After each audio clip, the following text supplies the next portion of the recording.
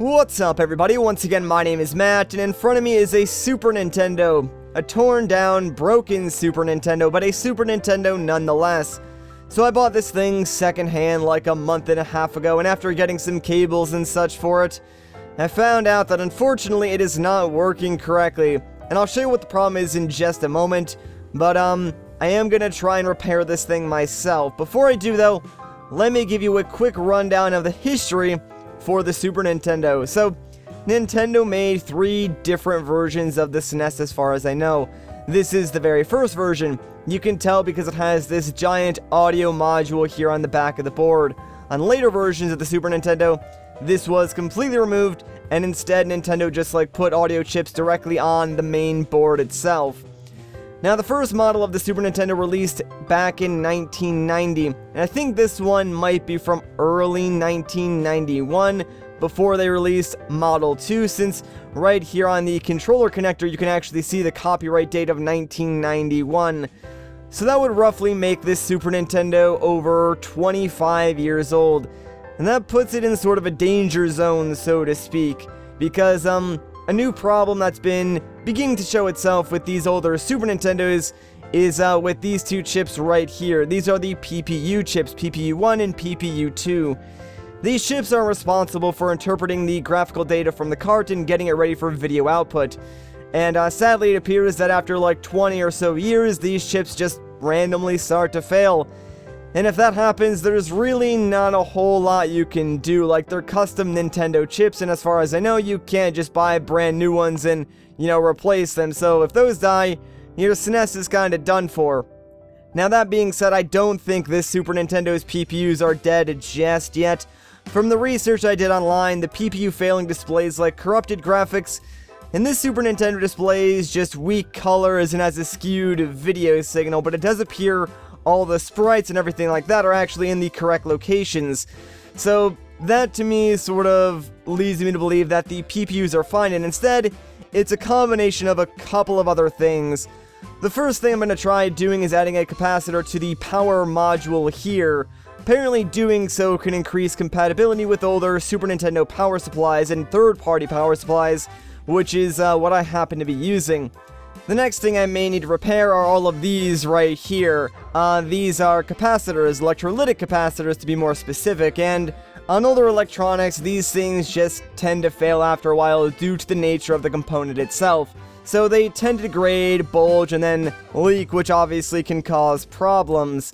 These caps actually don't look too bad, though. Normally, you'll be able to really notice a bulge if they were, really in need of replacement, and, if you were to clean the board around the caps, you might find a strange substance that would appear, right underneath the caps themselves.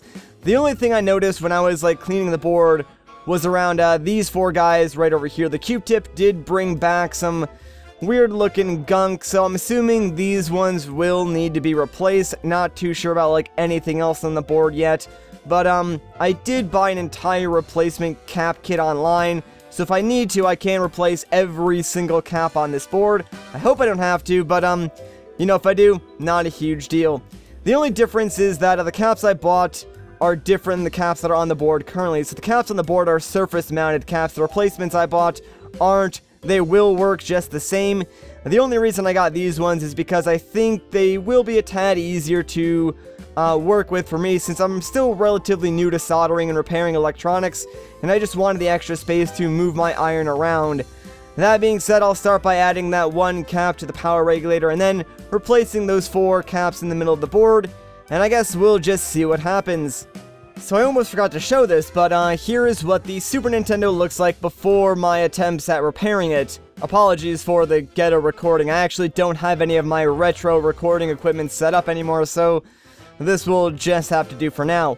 As you can see, though, the video signal is very weak and skewed. The sprites do appear to be drawn correctly, which leads me to believe it's not the PPU itself, but something entirely different. So I guess all that's really left for me to do at this point is to attempt the repairs on the caps, and I'll go and do that, and, well, hopefully I'll see you guys when I'm done with a working Super Nintendo.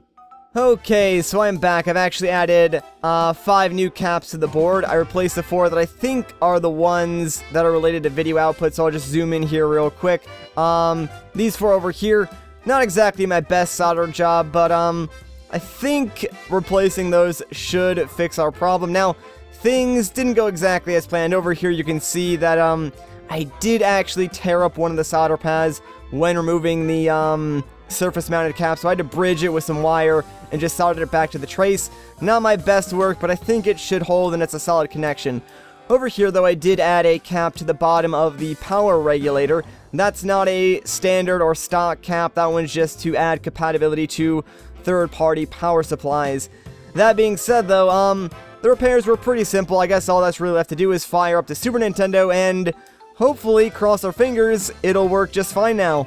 Okay, so I got the Super Nintendo partially put back together. Not all the way done yet, but it'll fire up just fine. So, this is the moment of truth. Let's cross our fingers and hope for the best. Alrighty, that looks pretty good. Hey, look at that. I think we may have done it, so yeah, I guess it was just some faulty / leaky caps because that image looks pretty dang good. Obviously, this is off an HD TV. I have my CRT that I play all my retro stuff downstairs, so I figured this would be easier for, like, demonstrative purposes. But, pretty happy about that. The caps that I bought online only cost about $5, maybe $8 with shipping. Took about an hour for me to do the repair, only because this was, like, my first time doing anything like this. But I think for my first attempt, turned out pretty well. Like, I couldn't be happier with the results. I'm actually really excited that I have a working Super Nintendo again, so I can play A Link to the Past in my other Super Nintendo games. So, I think that's pretty much that, I guess. Alright, so it's actually a little bit later. The Super Nintendo is completely back together. This was not my original Link to the Past cart, and I noticed that there are 2 files on here, both of which have not been 100% completed, so I don't know who owned this cart before, but that is just disgraceful, man. Disgraceful. So you know what?